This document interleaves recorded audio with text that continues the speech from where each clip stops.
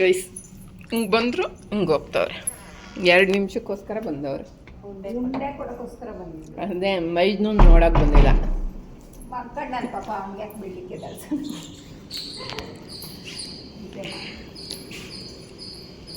ಹಂಗೆ ಇಲ್ಲ ಗೀಝರ್ ಹಾಕಿದ್ದೀನಿ, ಸ್ನಾನ ಮಾಡಿಸಿ ಡಾಕ್ಟ್ರ್ ಹೇಳಿದ್ರು ಮಾಡಿಸಿ. ಅದಕ್ಕೆ ಗೀಝರ್ ಹಾಕ್ಬಿಟ್ಟಿದ್ದೀನಿ. ಕೈ ಮೇಟಿಸಿ ಹಾಕ್ಬಿಟ್ಟೆ. ಬ್ಯಾಂಡೇಜ್ ಸಿಗ್ತವ್ರೆ. ಸಣ್ಣ ಮಗನೇ ಅವನು.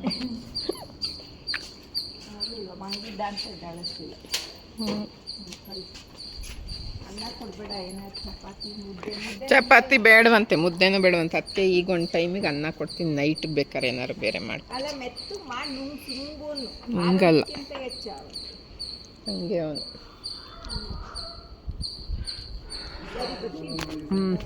ಬಾಯ್.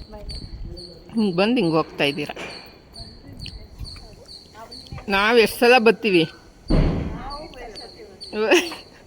ನಾವು ರಜೆ ಸಿಕ್ತಾಗೆಲ್ಲ ಬರ್ತಾ ಇರ್ತೀವಿ.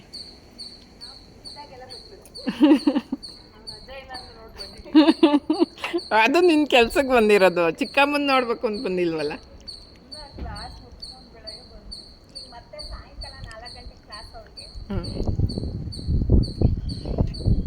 ಬಾಯ್.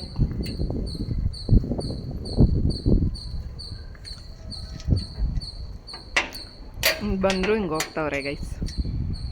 ಈಗ ನಮ್ಮ ಹಸ್ಬೆಂಡ್ಗೆ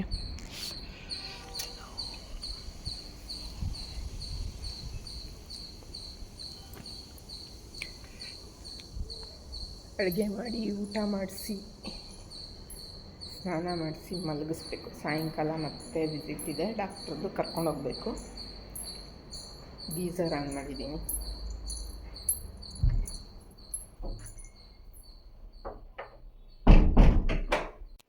ಈಗ ಸ್ನಾನ ಆಯಿತು ಗೈಸ್. ಇವ್ರದ್ದು ಸ್ನಾನ ಆಗಿ ಕೂತಿದ್ದಾರೆ. ಬಟ್ಟೆ ಎಲ್ಲ ವಾಶ್ ಮಾಡಿ ಹಾಕಿದ್ದೆ, ತೆಗ್ದಾಕಿದ್ದೀನಿ. ಈಗ ಮಡ್ಚಿಡ್ಬೇಕು ಅನ್ನೊಂದೇ ಎಲ್ಲ ಅವ್ರದ್ದೇ ಬಟ್ಟೆ. ಸೊ ಈಗ ಸ್ನಾನ ಮಾಡಿ ಇಷ್ಟು ಅನ್ನ ತಿಂದರು, ತಿಂದಿಲ್ಲ, ವೇಸ್ಟ್ ಮಾಡಿದ್ರು. ಆಗ್ತಿಲ್ಲ ಚೆನ್ನಾಗಿದ್ದು ಬಿಟ್ರೆ ಹಿಡಿಯೋಕ್ಕಾಗಲ್ಲ. ಹಂಗಾಡ್ತೀಯ? ರಜೆ ಹಾಕ್ಕೊಂಡು ಅದೇ. ಈಗ ಸ್ನಾನ ಮಾಡಿ ಊಟ ಮಾಡಿ ಕೂತಿದ್ದೀನಿ. ಬೆಳಗ್ಗೆ ತಿಂಡಿ ತಿನ್ನಿಸಿ ಕರ್ಕೊಂಡೋಗಿದ್ದು ನಮ್ಮ ಹಸ್ಬೆಂಡ್ಗೆ ಹಾಸ್ಪಿಟ್ಲಿಗೆ. ಹೋಗಿ ಬ್ಲಡ್ ಟೆಸ್ಟ್ ಹೇಳಿದ್ರು, ಮಾಡಿಸಿದ್ವಿ. ಅದೇ ಎಲ್ಲ ನಿಮಗೆ ಗೊತ್ತಿದೆ ಪ್ರೊಸೀಜರ್ ಏನೇನಾಯಿತು ಅಂತ. ಈಗ ಮನೆಗೆ ಕರ್ಕೊಂಬಂದು ಡಾಕ್ಟ್ರ್ ಹೇಳಿದರು ಸ್ನಾನ ಮಾಡಿಸಿ, ಕೈಗೆ ಏನಾದರೂ ಕವರ್ ಕಟ್ಬಿಟ್ಟು ಸ್ನಾನ ಮಾಡಿಸಿ, ಸ್ವಲ್ಪ ಫ್ರೆಶ್ನೆಸ್ ಅನಿಸುತ್ತೆ ಅವ್ರಿಗೆ ಅಂತ. ಸೊ ಹಂಗಾಗಿ ಕೈ ಹಿಂಗೆ ತಿಳ್ಕೊಂಡಿದ್ರು, ನೀರು ಬೀಳ್ದಿರಂಗೆ. ಸ್ನಾನ ಮಾಡಿಸ್ಬಿಟ್ಟು ಊಟನೂ ನೀನೇ ಮಾಡಿಸು, ನನ್ನ ಕೈಲಿ ಆಗ್ತಿಲ್ಲ ತಿನ್ನೋಕ್ಕೆ ಅಂದರು. ತಿನ್ನಿಸಿ ಮಧ್ಯಾಹ್ನ ಒಂದು ಮಾತ್ರೆ ಹೇಳಿದರು ಕೊಡೋಕ್ಕೆ, ಅದನ್ನು ನುಂಗಿಸ್ಬಿಟ್ಟು ಮಲ್ಕೊಳ್ಳಿ ಅಂತ ಮಲಗಿಸಿ ಬಂದಿದ್ದೀನಿ. ಹಾಲಲ್ಲಿ ಕೂತಿದ್ದೀನಿ, ಡೋರ್ ಹಾಕಿದ್ದೀನಿ, ಡಿಸ್ಟರ್ಬ್ ಆಗಬಾರ್ದು ಅವ್ರಿಗೆ, ಮಲ್ಕೊಳ್ಳಿ ಅಂತ. ಕೂತ್ಕೊಂಡು ಸ್ವಲ್ಪ ಫೋನ್ ಎಡಿಟಿಂಗ್ ಮಾಡೋದೆಲ್ಲ ಇತ್ತು, ಮಾಡ್ತಾಯಿದ್ದೆ. ಯಾವಾಗಲೂ ಮೊನ್ನೆ ಬೆಳಗ್ಗೆ ಹಾಸ್ಪಿಟ್ಲಲ್ಲಿ ಇದ್ದಾಗ ನಮ್ಮಮ್ಮಂಗೆ ಫೋನ್ ಮಾಡಿದ್ದೆ.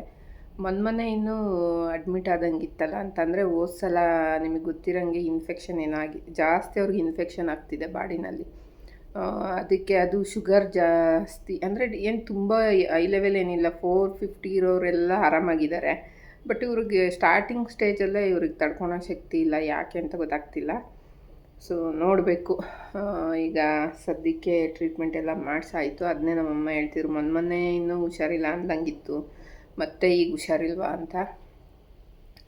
ನಮ್ಮ ಅತ್ತೆಗೂ ಫೋನ್ ಮಾಡಿ ಹೇಳ್ಬಿಟ್ಟೆ, ಬರಲ್ಲ ನಾವು ಹಬ್ಬಕ್ಕೆ, ವರಮಹಾಲಕ್ಷ್ಮಿ ಹಬ್ಬ ಇನ್ನೊಂದು 2 ಡೇಸು. ಸೊಳ್ಳೆ ನೋಡಿ ಹಿಂಗೆ ಕತ್ತೈತೆ.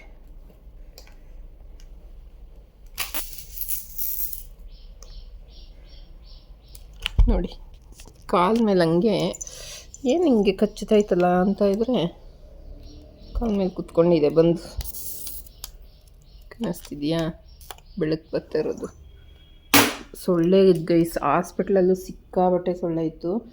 ನಾನಂತೂ ಸೊಳ್ಳೆ ಬಟ್ಟೆ ಇಟ್ಕೊಂಡೇ ಕೂತಿರ್ತೀನಿ. ಅದು ಎಲ್ಲೆಲ್ಲಿಂದ ಬರುತ್ತೋ ಗೊತ್ತಿಲ್ಲ, ಸಡನ್ನಾಗಿ ಬಂದು ಕಚ್ಚುತ್ತಿರ್ತವೆ. ಸೊ ಹಾಗಾಗಿ ಇಲ್ಲಿ ನಮ್ಮ ಅಪಾರ್ಟ್ಮೆಂಟಲ್ಲಂತೂ ಸೊಳ್ಳೆ ಔಷಧಿ ಹೊಡಿತಾನೆ ಇರ್ತಾರೆ 2 ಡೇಸ್ಗೊಂದ್ಸಲ. ಮತ್ತು ಇಲ್ಲಿ ಹೆಗ್ಣಗಳು ಬರಬಾರ್ದು ಅಂತ ಅದೊಂದು ಔಷಧಿ ಹೊಡಿತಾರೆ. ಯಪ್ಪ, ಅದು ಮನೆ ಒಳಗಡೆ ಇರೋಕ್ಕಾಗಲ್ಲ, ಅಷ್ಟು ಬ್ಯಾಡ್ ಸ್ಮೆಲ್ ಅದು ಔಷಧಿದು. ಸೊ ಹಂಗಾಗಿ ಏನೋ ಹೇಳ್ತಿದ್ದೆ, ನಮ್ಮ ಅತ್ತೆಗೆ ಫೋನ್ ಮಾಡಿ ಹೇಳಿದೆ ಬರಲ್ಲ ಅಂತ. ಯಾಕಂದರೆ ಅವ್ರು ಹೂವು ಎಲ್ಲ ತರಕ್ಕೆ ಹೇಳಿದರು. ನಂದು ಬೇರೆ ಟೈಮ್ ನೋಡ್ಕೊಂಡು ಬಾ ನೀನು, ಆದರೆ ಬರೋದು ಬೇಡ, ಆಗಿಲ್ಲ ಅಂದರೆ ಬಾ ಅಂದಿದ್ರು. ಇನ್ನೂ ಆಗಿಲ್ಲ ನಾನು ಈ ಸಲ. ಯಾವಾಗಲೂ ಆಗ್ಬಿಡ್ತಿದ್ದೆ, ಈ ಸಲ ಇನ್ನೂ ಆಗಿಲ್ಲ. ಇದೊಂದು ತಲೆನೋವು. ನಾನು ಈ ವಾರ ಮುಗಿದ್ರೆ ನೆಕ್ಸ್ಟ್ ವಾರ ಹಬ್ಬ ಮಾಡೋಣ ಮನೇಲಿ, ಇಲ್ಲಿ ಬೆಂಗಳೂರಲ್ಲಿ ಮಾಡೋಣ, ಈ ಸಲ ಮೈಸೂರಿಗೆ ಹೋಗಿ ಬಂದು ಅಂತ ಆ ಥರ ಅಂದ್ಕೊಂಡಿದ್ದೆ. ಯಾವುದೂ ಆಗ್ತಿಲ್ಲ. ಸೊ ನೋಡಬೇಕು ಏನಾಗುತ್ತೆ ಏನು ಅಂತ. ನಾವು ಅಂದ್ಕೊಂಡಂಗೆಲ್ಲ ಜೀವನ ಆಗಲ್ಲ ಗೈಸ್. ನಾವು ಹೊಂದ್ಕೊಂಡು ಹೋದಂಗೆ ಜೀವನ ಅಷ್ಟೆ. ಫೋನ್ ಮಾಡಿ ಹೇಳಿದೆ, ಹಿಂಗೆ ಹುಷಾರಿಲ್ಲ ನಿಮ್ಮ ಮಗನಿಗೆ, ಹಿಂಗೆ ಅಡ್ಮಿಟ್ ಮಾಡಿದ್ದೀನಿ ಕರ್ಕೊಂಬಂದು.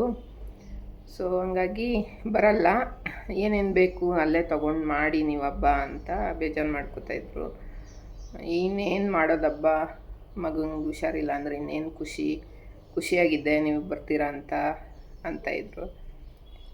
ಏನು ಮಾಡೋಕ್ಕಾಗಲ್ಲ, ಟೈಮ್ ಇವತ್ತು ಹಿಂಗಿರ್ತೀವಿ, ನಾಳೆ ಹಿಂಗಿರ್ತೀವಿ ಅನ್ನೋದೇ ಗೊತ್ತಿರಲ್ಲ. ಫಸ್ಟೇ ಪ್ಲ್ಯಾನ್ ಮಾಡಿ ಏನೂ ಮಾಡೋಕ್ಕಾಗಲ್ಲ. ಒಂದೊಂದು ಸಲ ನಮ್ಮ ಹಸ್ಬೆಂಡ್ ಮಾಡೋದೇ ಸರಿ ಅನ್ಸುತ್ತೆ. ನಾನು ತುಂಬ ಪ್ಲ್ಯಾನಿಂಗ್ ಮಾಡ್ಕೋತೀನಿ ಹಂಗೆ ಹಿಂಗೆ ಅಂತ.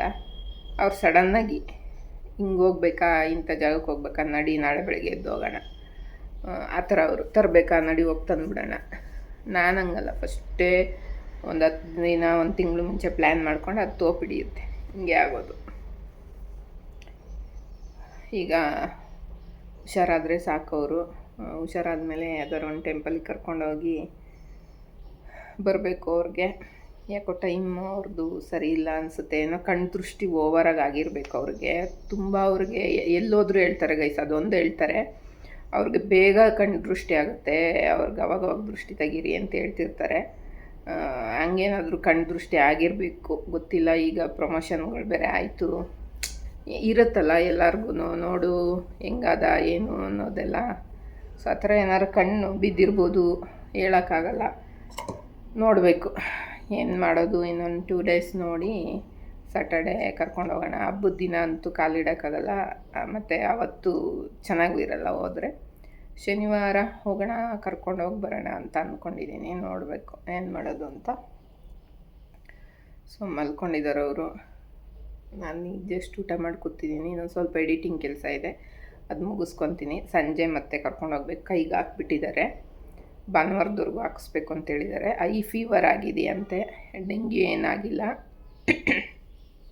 ಡೆಂಗ್ಯೂ ಎಲ್ಲ ಏನು ಬಂದಿಲ್ಲ ಮೇಡಮ್, ತುಂಬ ಫೀವರ್ ಆಗಿದೆ ಅಂತ ಹೇಳಿದ್ರು.